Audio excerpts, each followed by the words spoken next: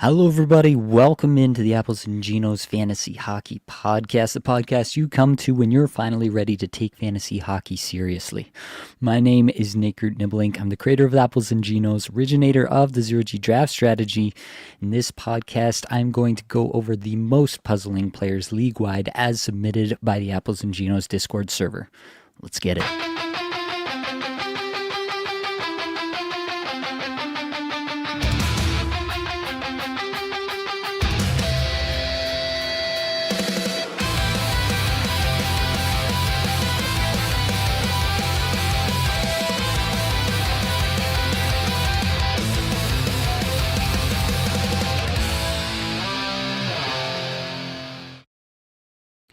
Welcome in, everybody. I apologize in advance for any distracted movements I may make. The Toronto Blue Jays, if you don't know, are in Game 7 of the ALCS, and that's a thing that I'm finding myself drawn to.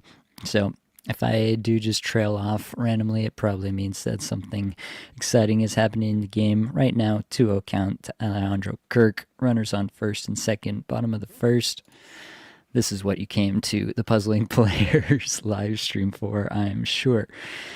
Now, for sure, we are going to get into all of the most puzzling players league-wide, as I mentioned.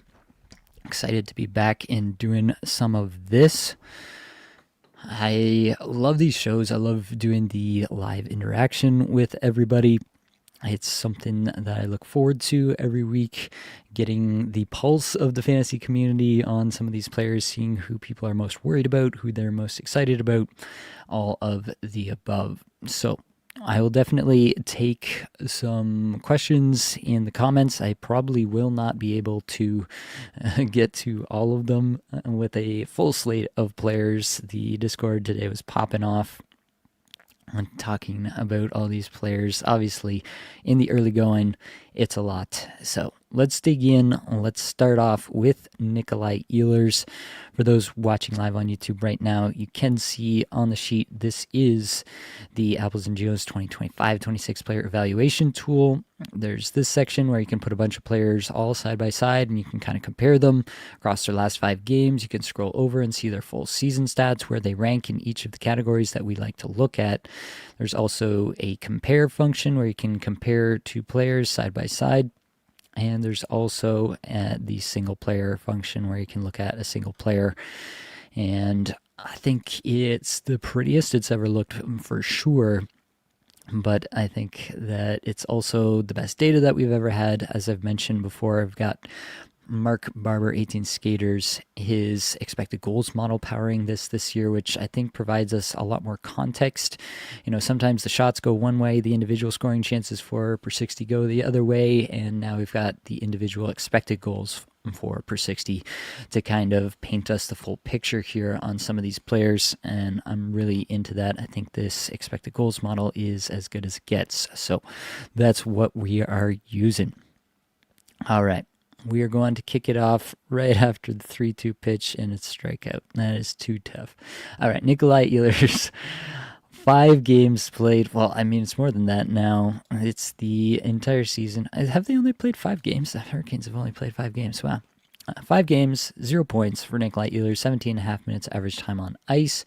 15th, though, in shots per 60, 107th individual scoring chances for per 60, and 56th in individual expected goals for per 60. The on-ice stuff looks really good. The lowest number here is 32nd in Corsi for per 60. The highest number is 23rd in on-ice expected goals for per 60. Basically, everything looks good here for Ehlers under the hood.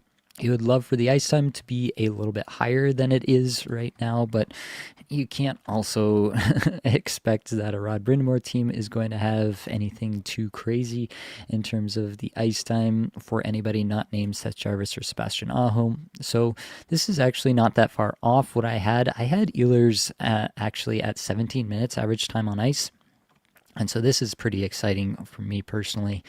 I think that Ehlers is already getting more ice time than I expected. In the last game on Saturday, he got over 20 minutes, and I think that if somebody is willing to move on from Nikolai Ehlers for cheap based on this, that they think that somehow he's not going to fit in the Carolina system, I think that is hogwash, and I would definitely go ahead and try to buy some Nikolai Ehlers. If you've got Ehlers, then please, for the love of God, hang on, because better days are ahead. It's kind of actually insane how Aho and Jarvis are having a great time, but Ehlers hasn't managed to get in on any of those points.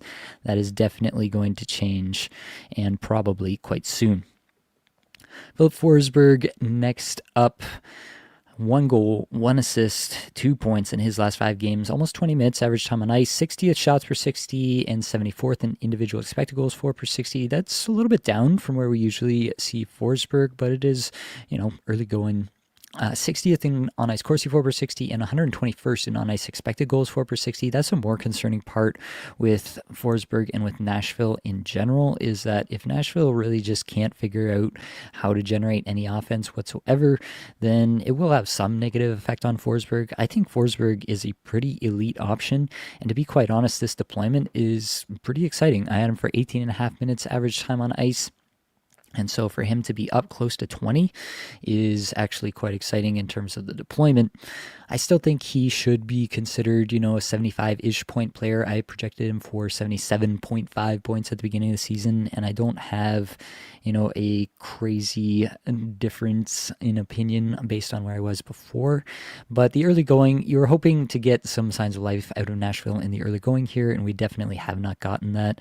And so that is a problem for Forsberg, and so maybe you are starting to build in a bit more of a downside risk to Forsberg's profile this year, and so you want to take that down a little bit. But that's still a scenario in which I think Forsberg on this team or any other team is a pretty consistent contributor.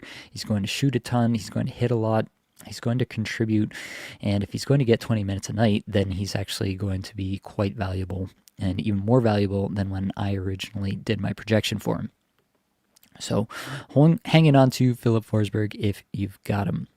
Jordan asks, who'd you take between Ehlers and Nichushkin in a Bangers Cats? I would take Ehlers personally. Nichushkin it's possible that Nichushkin could outperform Ehlers, but he would have to get power play 1 and probably some line 1 in order to do it. And obviously it hasn't happened so far for Colorado this year. And that's just the way that Colorado goes. They will rotate players in the top line, in the top power play, and you can't bank on a full season of line 1, power play 1 for any player there. Let's keep rolling. Matvei Michkov is a really interesting one for sure, and one that a lot of people have a lot of questions about. It's worth noting, we were a little bit concerned about this potential outcome too. We were excited about the sky-high potential. We were obviously also concerned about the downside risk here with Matvei Michkov, with Rick Tocchet potentially being, this hard-nosed coach that isn't going to want to give Matvei Michkov a ton of minutes, and that is unfortunately what we are seeing in the early going, where when the Flyers have a lead, which they've actually managed to do a few times this year, then Michkov kind of gets himself sat down. Michkov, right now, they're in the second period. He does have an assist in this game, but again, only 10 minutes, 28 seconds towards the back end of the second period, so not a ton of ice time. And if Seattle brings it close, you have to wonder, is he going to get his ice time diminished again? In the last game, it was only 12:07. His highest number is 18:48 in that loss to Winnipeg. When they're chasing the game, they probably will play Michkov a bit more and try to get his offense out there. But when they're playing from ahead, Michkov may find himself stapled to the bench, and that is a pretty contentious point. It could also be, we've seen in some cases that some players are just not built for certain systems, and that is a concerning point as well. The underlying numbers are not good for Michkov. 235th shots per 60, 236th individual expected goals for per 60, 308 in on-ice Corsi for per 60, and 150 in on-ice expected goals for per 60. Not good stuff under the hood for Michkov at the moment. So, yeah. In shallower leagues and 10-team leagues, I think you can drop Michkov. I have Michkov in one place in a 12-team league. I'm hanging on to him for the moment, but I'm not feeling super attached to that. There's there's this chance that Michkov pops off, right? And he is terrific over the back half of the season. But you also have to weigh the opportunity cost of how long is it going to take to hang on to him before that starts to happen for you. And that is a really tough spot to be in. So if there are some really compelling options out there on your waiver wire, and it's maybe not as sharp of a league, and there are some really good players out there who are getting better deployment, who you are actually legitimately excited about as a potential rest of season hold, then perhaps you may want to even investigate the potential of dropping Matvei Michkov. I'm not saying you have to by any stretch, but I will not fault anyone, especially in a 10-team league, but maybe even in a 12-team league, if this starts to continue for longer, and if the underlying stats don't improve, then I will definitely start to entertain it for myself. Alexis Lafreniere, 0 points in his last 5 games. I haven't checked this game here tonight to see if he's got anything going in the early portion of this game. It's a 1-1 game. He has no points, couple of shots, hit, couple of blocks. So basically hanging on here, but the average time on ice up over 19 minutes. That's nice. 190th in shots per 60, but 87th in individual expected goals for per 60 is a good number. 25th in Corsi for per 60 and 6th in on-ice expected goals for per 60. I'm pretty high on Lafreniere still, despite the lack of points here. I don't know that he's ever going to be an efficient player, or one of these players with a really high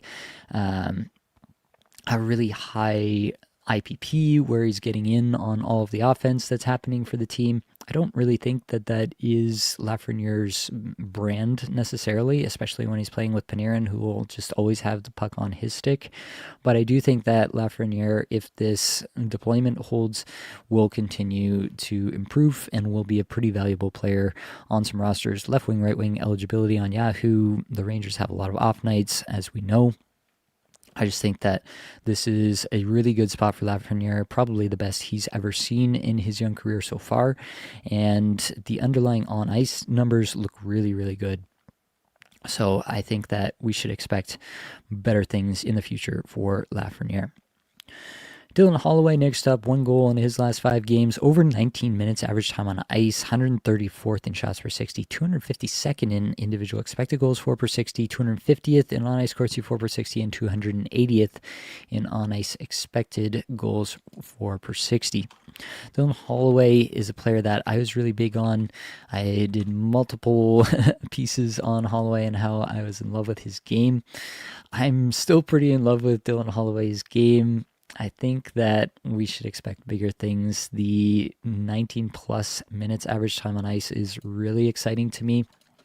And I think that if he is going to get more and more looks, it really does seem like Jim Montgomery really likes this player. And yeah, he's running a little bit cold now. Maybe he's just, ironing out all the hot streak that he had at the end of last year. And that's coming home to roost here. But I definitely think that this is a spot where Holloway, if given this 19 plus minutes, will turn things around, and relatively soon. The Blues have been playing with the lineup, and in the last game, Holloway was playing alongside Rob Thomas and up on the top power play with Jordan Kyrou as well, so a true top power play unit. If that continues, then it's wheels up for Dylan Holloway in my estimation, and he should be a lock for 60 plus points as a pace rest of season. Mikhail Sergachev is up next. This is an interesting one. 0 points in his last 5 games, 0 points in 6 games to start the season here. 25 minutes average time on ice, so he's getting all the deployment in the world, but really tough shots numbers. 129th amongst all defensemen in shots per 60, 154th in individual expected goals for per 60, 56th in on-ice Corsi for per 60, and 17th in on-ice expected goals for per 60. So the team is doing well while he's out there. You've seen Keller and Schmaltz get into biz over the last little bit. You have Cooley and Gunther there, obviously, as well. Lots of really talented forwards there, and Sergachev is out there a lot, so it makes sense that the on-ice stuff looks pretty good. But Sergachev himself is not really getting in on any of it. For myself, I was never really that in on Sergachev. I didn't really come close to drafting him in a lot of spots. In my estimation, he was kind of one of these mushy middle defensemen that was getting pulled up higher than he should be. I did have him for 24 and a half minutes average time on ice, but that still only came out to a 51 point projection for me, 142 shots. He's never really been a big shooter. His one big season came on the Tampa Bay power play, which has been like a top 5 power play unit for a little, like the last decade, basically, as long as Kucherov has been there. So yeah, I think that there's a reason to believe that Sergachev is maybe just not an elite power play 1 defenseman. And it's probably a spot where you're happy with a 55 point pace if you can get there, but the early returns are not that great. And I'm not really that surprised, to be honest with you. Yeah, obviously you'd expect him to have at least a point or two at this point in the season, but I do think that this is a player who will have some cold streaks like this throughout the year, and it's not a player that I'm particularly high on, at least relative to where he was drafted. If you drafted Sergachev, I don't think you're going to get value for him for trading him away at this point, so it is probably just a hold, because I do think that he's a valuable enough piece as a second or third defenseman on your roster to hold for the season, but I don't think that in a lot of people's estimation he was being drafted as a second or third defenseman on a lot of rosters. People were pulling him up higher than they should have, so that's a spot for me where I think it's just a little too hypey on a player who has never really deserved that hype in my estimation. Good spot in Utah, and hopefully it gets better from here on out, but not a player that I'm particularly high on. JT Miller, next up, 1 goal, 1 assist, 2 points in his last 5, close to 21 minutes average time on ice, 132nd in shots per 60, but 29th in individual expected goals for per 60, 31st in on-ice Corsi for per 60, and 17th in on-ice expected goals for per 60. Again, he hasn't gotten in on this game here currently, but it is a spot where I think that JT Miller, it's going to start to come around. I think that he is I don't think I'm changing really anything about my estimation of the player JT Miller at this point. I don't see it. I don't see what is going to change so much for JT Miller. The minutes are still there. The underlying stats all look quite good. He's not like a big time shooter, but the shot numbers are still respectable, in line with what we'd expect, and the expected goals numbers are really high. So if you can get JT Miller, if you can pry him away from someone who's looking to move off of him based on this early start, I'd absolutely do that.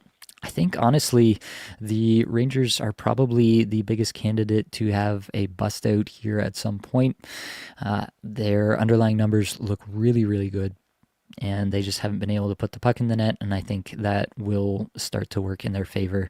I think Mike Sullivan will get them straightened out. I don't think an experienced coach like that will let them really panic. I don't think it'll go downhill the way that did last year under Laviolette. I think there's a world of difference between Laviolette and Sullivan as head coaches in the National Hockey League. All right, Sean Monahan is next up here. 0 points in 5 games for Monahan. Over 19 minutes, average time on ice still. 132nd in shots per 60, but 278th in individual expected goals for per 60. 52nd in Corsi for per 60. 95th in expected goals for per 60. And that is while skating alongside Kirill Marchenko, who has been absolutely lights out to start the season. He's been just dominant. Just one of the most exciting rush players in the league. Feels like Ovechkin out there, the way that he is running down, just exploding, it feels like, past defensemen. Just truly electric talent and speed, the ability to do things at pace. Feels like a McKinnon or McDavid sometimes when you're watching him get in on these rush chances. So for Sean Monahan to not be able to really do anything alongside that is a little bit concerning, I will say. It's doubly concerning because they do obviously have Adam Fantilli, who is the long-term 1C for the Columbus Blue Jackets in a perfect world for them. So, and we saw Fantilli perform quite well alongside Marchenko last year. So if things continue to not go well for Monahan, you would expect that at some point they would try out Fantilli in that spot where he was successful last year. And so that is a real concern for Sean Monahan. As long as he's getting this deployment, though, I find it pretty hard to move off of him in, a 12-team points league, maybe in a true bangers league or a deeper league, 14-team league or deeper, or a 10-team league or shallower, I should say. Then maybe you are moving off of Sean Monahan. But at this point, it's still early. that line was so good last year, it's hard to get that out of my head. Maybe that was just kind of a flash in the pan, and really it is just Marchenko is elite, and Monahan was a little bit more along for the ride than we thought last year. I don't know exactly, but I'm willing to give Monahan at least this week to figure it out, because we have seen the proof of concept here and for an extended period of time, and it was very good while it was working. Next up, Evan Bouchard, 0 points in his last 5 games. It's pretty unreal that Bouchard is 6 games into the season without a point while playing on the McDavid the McDavid Oilers, and just being completely unable to score any points. I talked about Bouchard on the flagship show, so I'm not going to dig in too much, but the underlying stats here for Bouchard are all elite. I have literally no concern about Evan Bouchard. If you can go get him, then absolutely I would go get him. If you can get him for, one of these third-round defensemen, or maybe the person who took him ended up with a lot of defensemen, and you can get somebody good for him, or if you can trade somebody not so good for Evan Bouchard, I would absolutely go for that.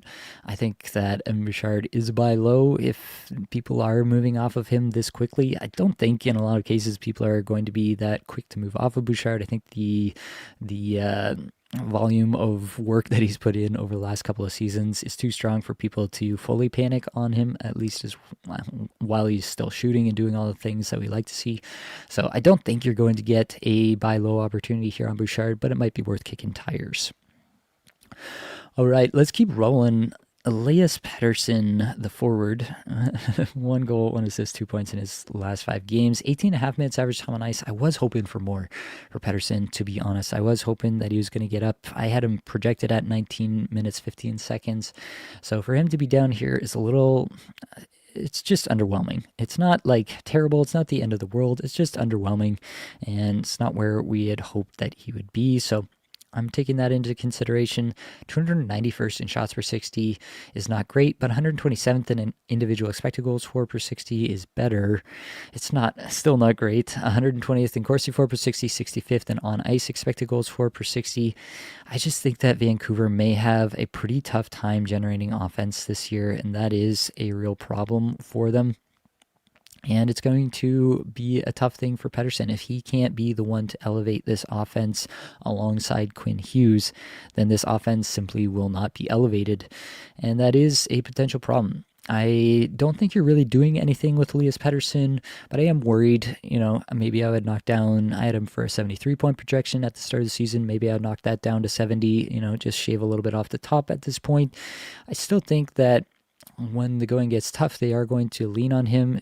Hedel being out for some time, they're going to have to basically lean on him more. They don't have a lot of center depth on this team either, so I do think that means more minutes for Pettersson upcoming. If you have Pettersson, you're hanging on. There's not really much else to do. Moritz Seider has just 1 assist in his last 5 games here. And on the season, Seider has 2 assists in 6 games, so it's definitely not an exciting start for him. Over 26 minutes average time on ice, 115th shots per 60, 126 individual expected goals for per 60 amongst defensemen, 47th in on ice expected goals for per 60. It's an interesting spot where Detroit, the team, is really doing very, very well under Todd McClellan, but Moritz Seider, he's not an elite offensive defenseman. This much we definitely know at this point. And if he's not going to, generate anything on the backside, if the power play takes a bit more of a step backward than maybe we were expecting, then that will really hurt Moritz Seider. And now, something that I wasn't really anticipating that is starting to happen now is Axel Sandin-Pellikka is looking like he's going to stick with the team. And Sandin-Pellikka is the Detroit Red Wings power play quarterback of the future. And how quickly that comes home to roost probably depends on how well the power play does. And if Seider, it's hard to imagine him getting moved off quickly after how well it went last year with him on that unit. But if it's, a 20-game sample and the power play is not working at the rate that they think it should, then it wouldn't be that shocking to me to see Sandin-Pellikka get the look at some point throughout the season. and that would really, really hurt Seider this year. So I've never really been high on Seider. I don't think I've ever had a share of Seider, to be quite honest, on any of my fantasy teams, at least my managed fantasy teams. In best ball, I will take some shares of a lot of different players, but I think this is just a player that I've never really been that high on the offensive talent. Obviously, we know what he can bring in terms of the peripherals, the hits, the blocks, etc. So that has always been there for Seider, but I've never been that excited about the offensive talent of the player. And so I just don't know what will really change to make me more excited about Seider. But again, it's a similar spot that you're in with Pedersen, with Seider here, where you drafted him highly, he's doing poorly, you expect him to do better. I mean, the only thing you could really say if you're trying to move off him is that you really do think that Sandy Pellikka is going to take that job away from him sooner rather than later. I don't think that's really the case. That would be a pretty surprising outcome anytime soon. So I think that you give Seider some leeway here. If you are worried about that outcome more so now than you were before, then maybe you look to move Seider after, he has a few games back to back where he started to put some points on the board. That'll happen at some point, obviously, throughout the season here, hopefully sooner rather than later. And then maybe if you are feeling that worried about Seider, you could get that done now. Artemi Panarin is next up, and he has 5 points in his last 5 games. I think people were more worried about him previously, and now he's the lone goal scorer for the Rangers as they start the third period here against the Wild. As I'm recording, 21 minutes average time on ice. That's obviously worthwhile for Panarin rosters. I've got Panarin in a few spots. I had a pretty solid projection on him this year. That was with 19 minutes, 45 seconds. Average time on ice came out to 97-point projection with a good amount of shot production. I'm really enjoying what I'm seeing, quite honestly, out of Panarin. 4th in on-ice expected goals for per 60 on the season.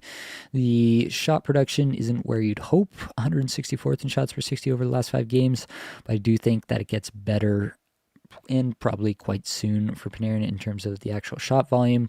But I think that Panarin is probably going to be the answer to the question, who should you have taken in the second round, that more commonly went in the third round. You could also say that about a guy, Martin H's, as well, I think. Let's get back to some comments. Leadbang is in here. I know you said it, but can you please quell my panic over Ehlers? Do we need to do some breathwork exercises in here, like some square breathing? What do we need to do? You let me know. We can all do it together. I'll calm ourselves over the amount of Ehlers that we have on our teams. Armin asks, would you trade Timo for Ehlers and Bangers Cats? Interesting question. I think I want to see what's happening.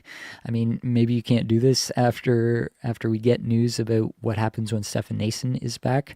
I want to see if Timo stays on the top power play when Noesen is back in the lineup. If he's sticking on top power play, then Timo Meier gets really hard to move off, right? That's going to be the tough spot. That being said, in this last game, they did have Dawson Mercer on the top power play.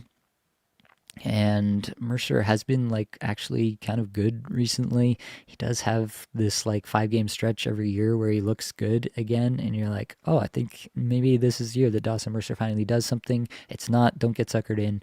It's not this year. I think I would. Honestly, I think I would. If you're okay for hits, which is obviously the biggest thing that Timo brings over Ehlers, then I think I would trade Timo for Ehlers. Drop Rust for Monahan if plus minus is a cat. Positions don't matter. I don't honestly think you need to, personally. Yeah, plus minus may hurt you, but Monahan may not have the greatest plus minus either when all is said and done. I don't think I would make that drop. I don't think Monahan's a player that I'm going out to grab, even in a plus minus league where you're worried about Rust. PB Stars, Nate, would be great to get your opinion on Connor Garland. He's been getting a solid minutes, power play 1 deployment. Do you see him exceeding preseason expectations this year? I mean, yeah, as long as that continues, for sure, I expect Connor Garland to exceed preseason expectations. I don't really know how much we should buy into Connor Garland being suddenly a top-line, top power play player, but you can see 5 points in the last 5 games, over 20.5 minutes average time on ice. Underlying numbers are looking pretty solid. It's a good spot. You can't say anything different about Connor Garland at the moment. If he's out there in your league, he should be rostered in pretty much every 12-team league for sure. So yeah, if Connor Garland's out there, he should be grabbed for now. That being said, it wouldn't shock me in the slightest if he gets moved off of the top line or top power play at any point here soon. And so it's just a spot where I think he should be rostered right now. He's hot right now. I think it's just as likely that he goes cold in another week or two and he's off your team again. David asks, you like Lafreniere or Holloway for points only? I think I would still take Holloway there, but it is getting closer. Yeah, I think I would still take Holloway there. I think Holloway has just as much upside as Lafreniere, and I think he has... Actually, I think he has more upside. I think Lafreniere has a better situation. I think Holloway's a better player. That's how I'll leave it. Steve asks, how about a trade to buy Bouchard like Dahlin and Gunther for Bouchard and Svech? In my opinion, Dahlin and Bouchard are probably not that dissimilar. I'm trying to think of a situation in which they would be more dissimilar. I guess in like a points only Bouchard, you expect to have more points at the end of it all. But yeah, I think that's too much to give up. I'm not really looking to acquire Svechnikov either. Zach just got here. Is Alex Lyon the 0G goalie this year? He very well might be. We might be in a spot where we're talking about Alex Lyon as the 0G goalie. Where are they at? It's 1-1, Sabres Canadiens, 4:54 left in the second. Good stuff, again, so far from Alex Lyon. I've got Lyon in a spot. I've been enjoying that. Gotta love it. Drewski, let's go, Nate. Holloway got dropped. Worth swapping Terry for Holloway? Yeah, I think I would do that. I do value Holloway more. I think he probably does more things for fantasy purposes than Terry does. So even if he scores less overall points at the end of the year, he's probably doing better for you. He says, Owen Tippett with 2 goals, solid ad with deployment. Yeah, Tippett has been getting a little bit more deployment as of late. I don't know what he's got in this game specifically so far, but if he is going to get more deployment, then yeah, for sure you can add Owen Tippett. I am still relatively unconvinced that Tippett is a efficient player or efficient enough to really like explode for a huge season. So I think his absolute ceiling is still probably like 60 points or something like that at the absolute ceiling, and more likely he's more of a 50-point player even with top line, top power play deployment. That being said, 50 points plus a ton of shots plus a ton of hits, it'll probably play in your league. So yeah, it's definitely worth being interested in. Lamb Chop asked, did we cover Svech yet? Just got here. Drop yet in a 12-man Bangers Cats. Svechnikov is coming up very shortly here. Caleb, is it time to drop Verhaeghe for wire spot in a 10-team Bangers Cats league? In a 10-teamer, yeah, I think you can drop Verhaeghe. There's probably a fair number of good players out there. P, thoughts on Morgan Geekie? Drop or slow start Brecky? I think we lost some stuff in translation there. It really depends who's out there, in a shallower league for sure. Like if it's that 10-team Bangers Cats league that we were just talking about, then yeah, there's probably better players out there than Morgan Geekie. But if it's a standard 12-team league and it's a pretty sharp league, then probably not. So it really does depend on the league. He is kind of in that borderline territory for me at the moment. I think things should get better for Morgan Geekie. He does obviously depend on Pasternak a lot for his relevance for fantasy, and that's something that's not going away anytime soon. Nate, would you use a waiver claim to get Matthew Tkachuk? 8 teams, drop Cousins. If you have an IR spot that you can put him onto, then yes. If not, then no, because it's still probably quite a long time for Tkachuk to come back, and that roster spot is too valuable, in my opinion, to just waste on a player who's not playing for you. How do you feel about Sean Walker getting decent minutes in Carolina just as a 4th defenseman? I think there's probably 30 other defensemen that I'd think about before Sean Walker, personally. Zach, I have a bunch of left-wing only guys. Gauthier, Kreider, and Forsberg won't drop any, but who are some guys I could target in Cats? That's a tough question to answer on the spot here. I guess you're asking about a trade. Yeah, I mean, do a quick look across. Look across at right wing or wherever you're thin. Maybe you can even go to center. If you have some room at center, then that's a good spot because obviously a lot of people are looking for left wing and looking to offload center. So if you can do that, then that's probably a good spot to try to find a deal.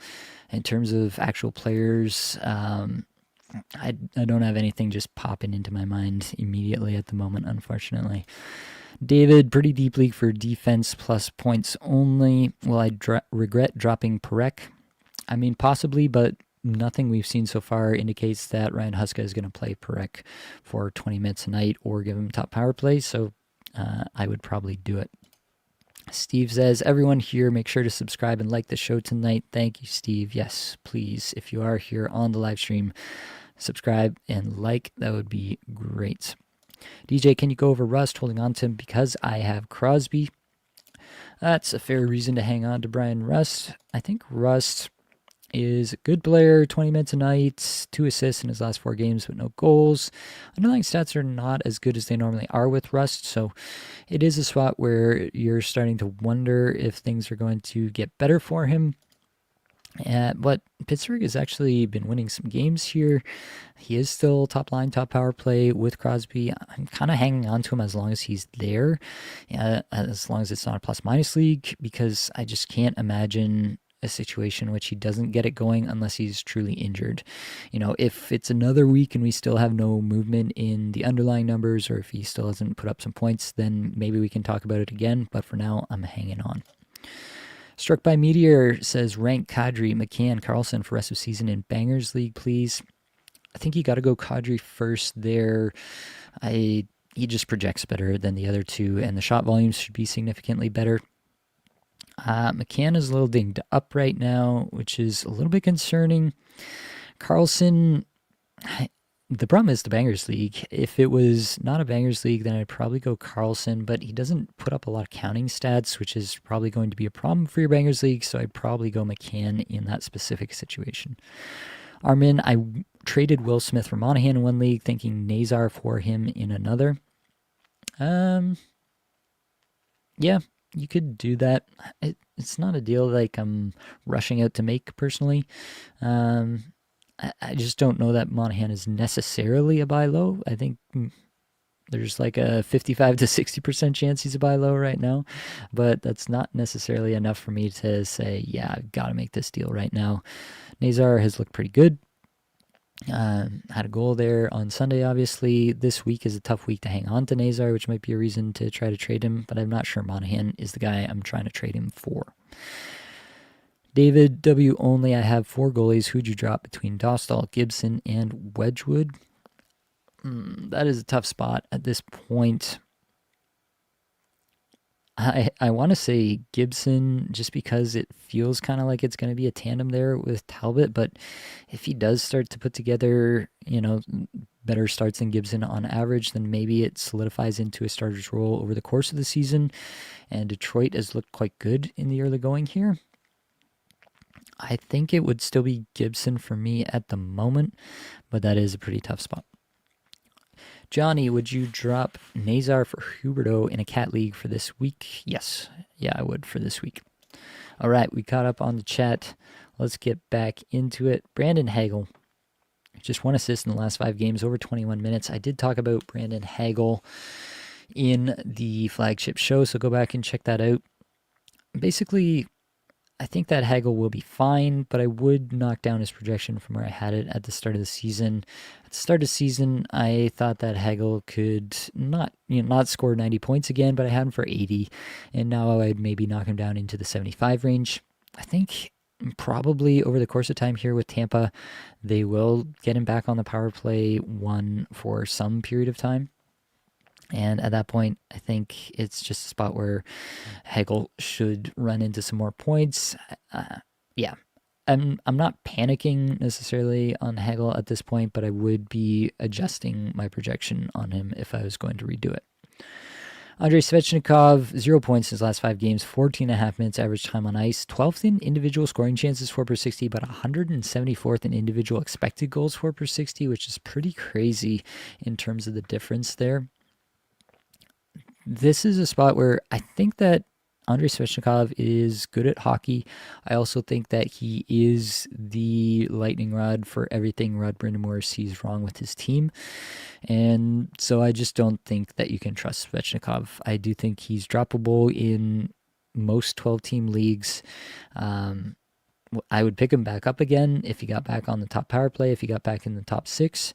But I don't feel so sold on Svechnikov that I have to hang on to him if he's getting demoted down the lineup and getting off the top power play as well. So that's where I'm at with Svechnikov currently. I just feel like I can't be bothered a little bit, to be honest. Troy Terry, 4 assists, no goals in his last 5, 17 minutes average time on ice, 239th in shots per 60, 298th individual expected goals for per 60, 23rd in on-ice Corsi 4 per 60, 73rd in on-ice expected goals for per 60. Honestly, this is kind of what Terry does. I was hoping for better deployment, though. Specifically even strength under Quenneville. I think the situation is better than it was. I think we were right about that, but the deployment is not quite there. I was projecting Terry for 18 and a half minutes average time on ice, and obviously we're getting him at 17 in the early going here. So yeah, it's just a spot where I don't know that Terry is going to smash, but I still believe in the player. It is a bit of a weird spot. I think that Anaheim's lineup will settle a little bit more. For what it's worth, he's still on the top power play. He got a nice assist on the power play goal that Mason McTavish scored to tie the game at the end of the game there on Sunday. I still like Terry. I think I would bet on the talent here still a little bit, but if it is, a league that values bangers categories, then yeah, I think Terry could be droppable in a fair number of leagues at this point as well. Because Zibanejad, 2 goals, 3 points in his last 5 games, over 21 minutes a night, while Trocheck has been out. This game is now in the mid-third, still 1-1, so no updates there. 34th in shots per 60 is nice, 21st in individual expected goals for per 60, and 21st in on-ice expected goals for per 60. Sorry, I had a sneeze there. It's been a while since that happened to me live. You're welcome. Valerie Nichushkin. Oh, sorry. I guess I need a final take on Zibanejad. That threw me a bit. Final take on Zibanejad. I think this is the best he's looked in a while. I think there's a real chance that Sullivan is the panacea to what ailed Zibanejad over the last couple of years, and Zibanejad could be better than he has been the last couple of years. So I'm relatively excited about Zibanejad. I don't think he's going to pop off for a point per game season or anything to that extent, but 70 points is definitely in the wheelhouse, and maybe more goals than we are expecting in this current iteration of this Rangers team, which would obviously be better for his fantasy results. Valerie Nichushkin, 2 goals, 3 assists, 5 points, but only a little bit over 16 minutes average time on ice, 112 shots per 60, and 202nd in individual expected goals for per 60. Not great under the hood there for Nichushkin. We are getting Victor Olofsson on the top power play over Nichushkin, which just absolutely burns all Valerie Nichushkin managers. I think Nichushkin is still good enough to hang on to in most 12-team leagues. 10-team leagues, you can probably move on. He's a good player, talented player. The underlying stats are fine, but not good. And I think that he probably will get power play 1, line 1 at some point throughout the year, and at that point, he'll probably pop off. So I think Nichushkin in a lot of spots is good enough to hang on to, even if he's not doing what you hope for. He's probably good enough to hang on to, and then at some point, he should be better than he is currently. Boone Jenner has 4 points in his last 5 games, almost 18 minutes, average time on ice, 250 shots per 60, 323rd in individual expected goals for per 60 is pretty surprising for Boone Jenner. It's usually been a calling card for him in the past. I think that it's probably a spot where Boone Jenner is going to be a little bit dependent on how the rest of the team is going. He wasn't on the top power play in this last game. Voronkov was on the top power play. And so that's just going to be a tough place for him to really apply his trade to his fullest potential. That being said, he still has 4 points in the last 5 games, so it's hard to take that away from him. 18 minutes, average time on ice is solid. I think that, in a Baggers Cats league, you're probably hanging on. In a more standard 12-team points league, he's right on the borderline, and maybe you could even think about moving off of Boone-Jenner. Close your ears, Blake.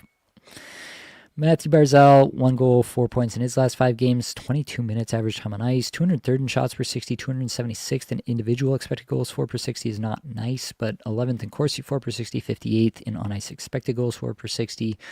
So basically, I kind of expected Barzal to be in this range somewhere. I mean, 1 more point, and he's right at that point per game pace that we're kind of hoping for this year for Barzal. I don't think much has changed for me in terms of my expectation for Barzal moving forward.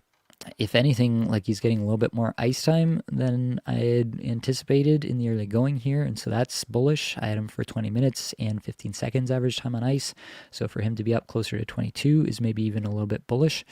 So yeah, if anything, a little bit more bullish. I think Barzal is a 75 to 80 point player on the season, but most of those will be assists, so take that into account. Seth Jones, 3 assists, no goals in his last 5, almost 24 minutes average time on ice, 53rd in shots per 60, 49th in individual expected goals, 4 per 60, 16th in Corsi, 4 per 60, and 43rd in on-ice expected goals, 4 per 60. Seth Jones is still in a good spot. I'm not ready to just run out and drop Seth Jones just because some weird things have happened. Jeff Petrie has been getting more power play time than him. Not actually, but it feels like it. I think you got to look to Jeff Petrie with the top power play in that last game against the Sabres when things were just not going the Panthers' way. I don't really put too much stock into that. Jeff Petrie, his best hockey is well behind him at this point, and so I'm not that worried about it. And yeah, today we did get a power play update, and it was Jones with Semiskevich, Lundell, Marchand, and Reinhart on the top power play. So yeah, I am not worried really about anybody taking Seth Jones' power play time for a long period of time. If anything, maybe this is a little bit of buy low on Seth Jones if people are really that freaked out about him. I don't think he's necessarily going to be a 65-point defenseman, but 50 plus for sure. 55 is probably the baseline expectation. All right, that is the list. I will go back through some comments, and then I will be getting out of here. Mr. Kevin asking about Casper. Marco Casper, let's check under the hood on that one. Just 1 goal in his last 5 games, just over 15.5 minutes average time on ice. The shots are not to be found. 319th in shots per 60, 274th individual expected goals, 4 per 60. The on-ice numbers are not that good. If you're hanging on to Marco Casper at this point, I'm not sure why.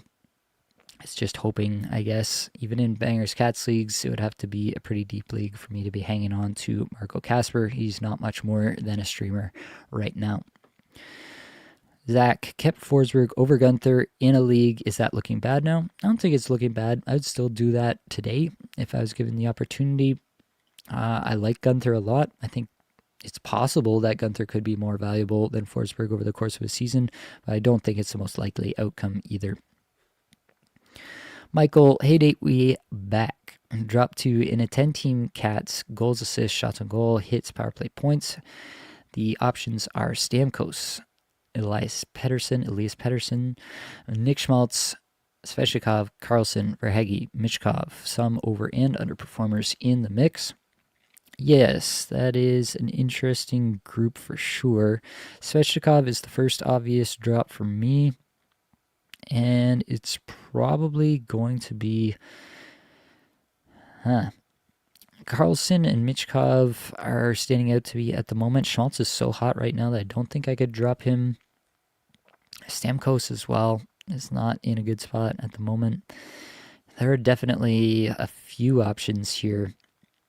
I think it's probably just schedule based. Whoever is kind of on the worst days for you over the next couple of weeks, that's who I would go with between Stamkos, Carlson, and Michkov. I think Anaheim has a couple of off nights next week, so maybe you're hanging on there. It might be Stamkos, it might be Michkov. Yeah, that's where I'm at.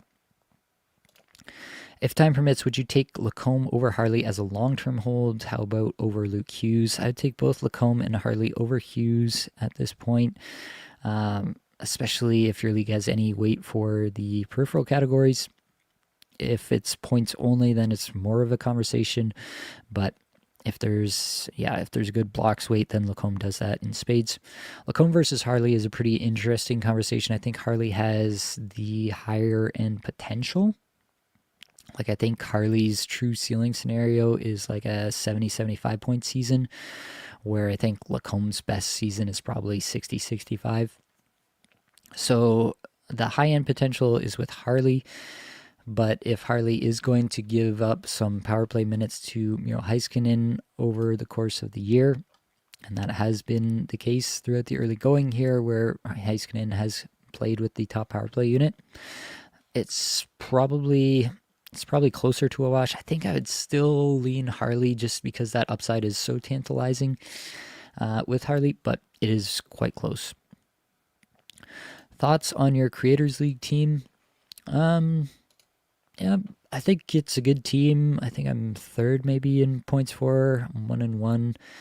Team kind of collapsed on me late last week. I was in a spot to win it, and then they just stopped scoring points. So we'll have to do better this week, but I think I'm still third in points for. Let me pull it up here. I can say for certain where I'm at.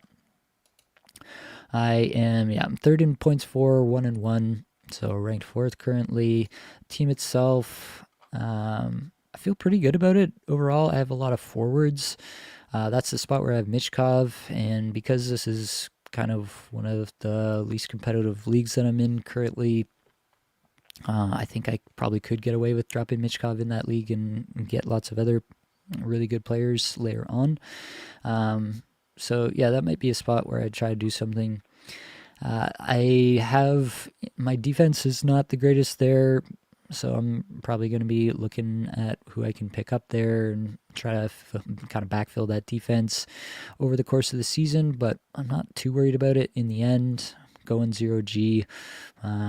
Yeah, I mean, the team is good. The forwards are really good. I have Forsberg, I have Gensel, I have Gunther, I picked up Nick Schmaltz, I have Sebastian Aho, I have Nikolai Ehlers, Matt Boldy, Nazem Kadri, Pavel Dorofeyev. Like, the forwards are pretty elite.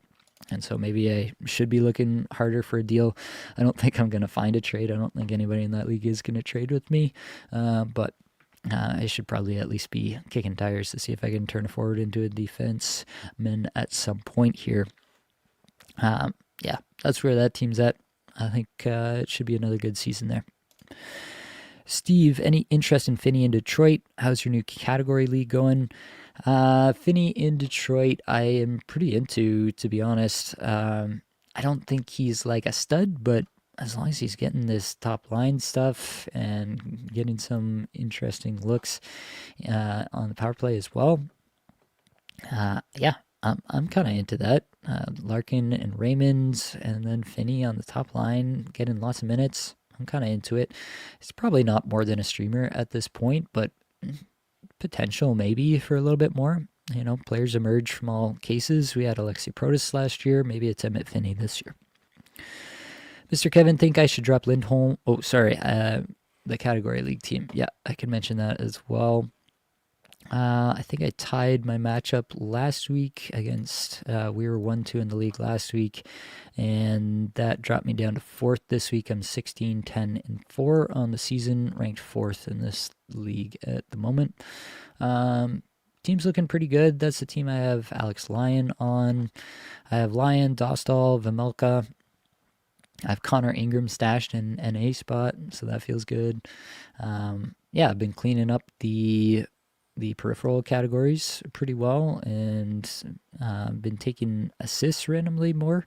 I've gotten lucky with a shutout. Like, I got the Alex Lyon shutout and got a category that way. So still work to do, but I think team is good. I think we're looking good for a playoff spot. I mean, it's 2 weeks in. I can't really make too wide of proclamations, but I'm streaming hard, and I think we'll get there in the end.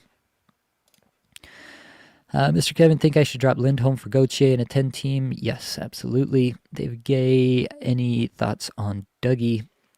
Dougie is a tough one, especially if they are gonna really do this weird situation with the power plays there in New Jersey. If they're gonna move Dougie on and off the top power play unit, that's really going to hurt him. That being said, I think let's get the last 5 games here for Dougie Hamilton. Yeah, the average time on ice has been over 20 minutes, close to 21 for Dougie over the last little bit, and that is a positive sign. The even strength deployment has been higher. I'm not really sure why Sheldon Keefe has done a little bit of an about face here, but if he's going to let Dougie cook, then he could be in a better spot.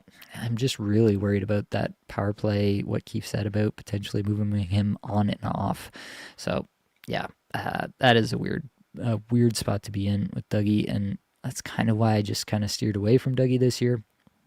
It just felt like a lot of risk and a lot of times where he might be great and a lot of times where he might be terrible, and it was going to be a tough player to roster this year. So, yeah, I'm not excited. Armin, please tell me W. Smith for Monahan is not an L looking at playoff schedule in this league. Haha.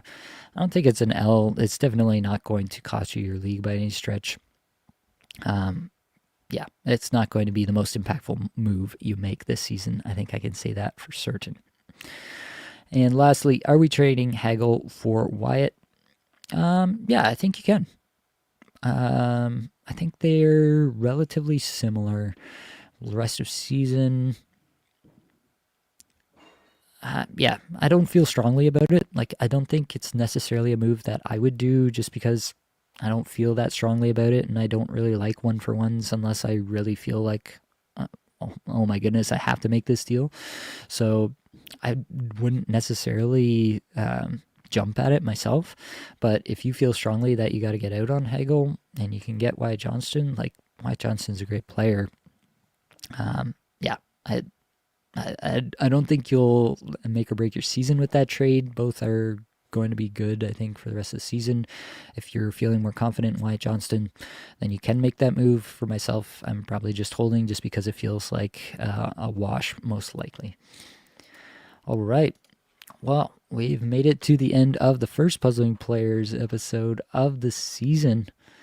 That is going to do it. If you are a patron of Apples and Ginos, I am going to be heading over to the Apples and Ginos Discord and doing a patron-only live show right after this. I'm going to be breaking down some patrons' teams and going through what they might be able to do. Fantasy team triage, we're calling it. So we'll get into that in the patron-only Discord right after this. So I'll see you there if you're going to be there. For everybody else, that's all that I've got for this episode. Hopefully it brought you some value, helped you get a little bit better at fantasy hockey today. All the advanced stats you heard today came from Natural Stat Trick and 18 Skaters. Many thanks to Matt Kramer for supplying the music for the podcast. That is it, folks. Much love.